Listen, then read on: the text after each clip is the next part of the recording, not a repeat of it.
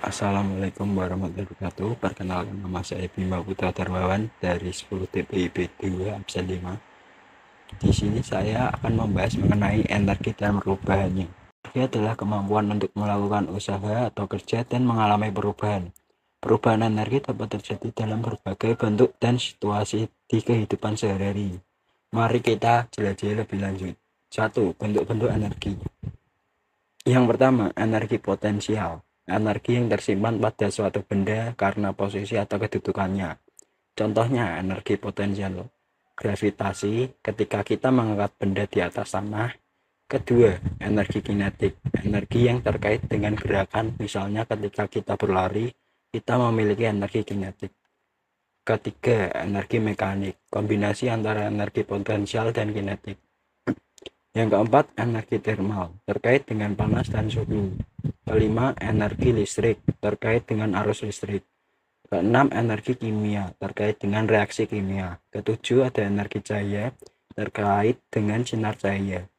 Kedelapan, energi suara, terkait dengan gelombang suara. Yang terakhir, energi nuklir, terkait dengan reaksi nuklir. Selanjutnya adalah perubahan energi. Pertama, perubahan energi mekanik adalah ketika energi kinetik berubah menjadi energi potensial dan sebaliknya. Yang kedua, perubahan energi panas terjadi ketika energi panas berpindah dari satu benda ke benda lain. Yang ketiga, perubahan energi listrik. Misalnya ketika listrik mengalir melalui kabel. Yang keempat, perubahan energi kimia terjadi dalam reaksi kimia seperti pembakaran bahan bakar.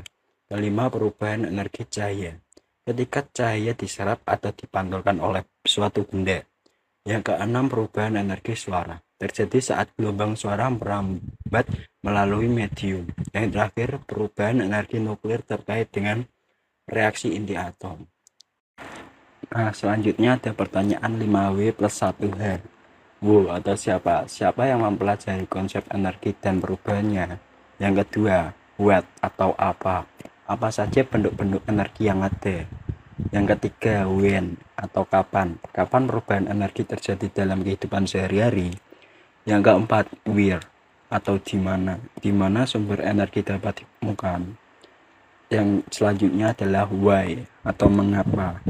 Mengapa penting memahami konsep energi dan perubahannya? Yang terakhir, how atau bagaimana? Bagaimana energi dapat berubah dari satu bentuk ke bentuk lainnya? Nah, selanjutnya ada jawaban dari pertanyaan tadi. Yang pertama, 1. Siapa? Jawabannya adalah ilmuwan, peneliti, dan insinyur mempelajari konsep energi dan perubahannya.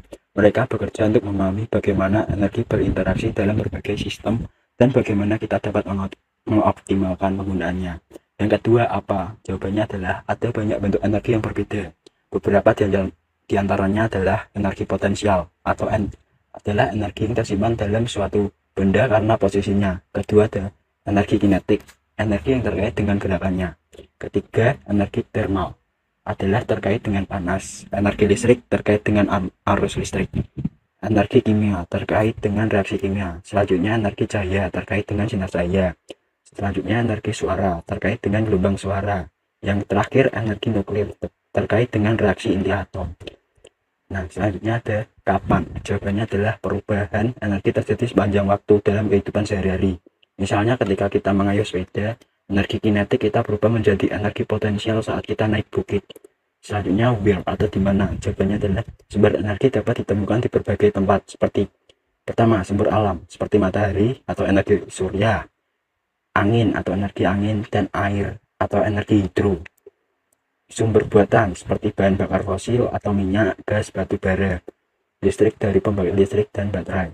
Yang selanjutnya adalah mengapa? Jawabannya adalah memahami energi dan perubahan penting karena pertama, membantu kita mengolah sumber daya secara efisien. Kedua, mendukung pengembangan teknologi ramah lingkungan.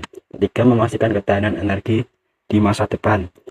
Nah, pertanyaan terakhir adalah bagaimana? Jawabannya adalah energi dapat berubah dari satu bentuk ke bentuk lain melalui proses seperti konversi, transfer, dan transformasi.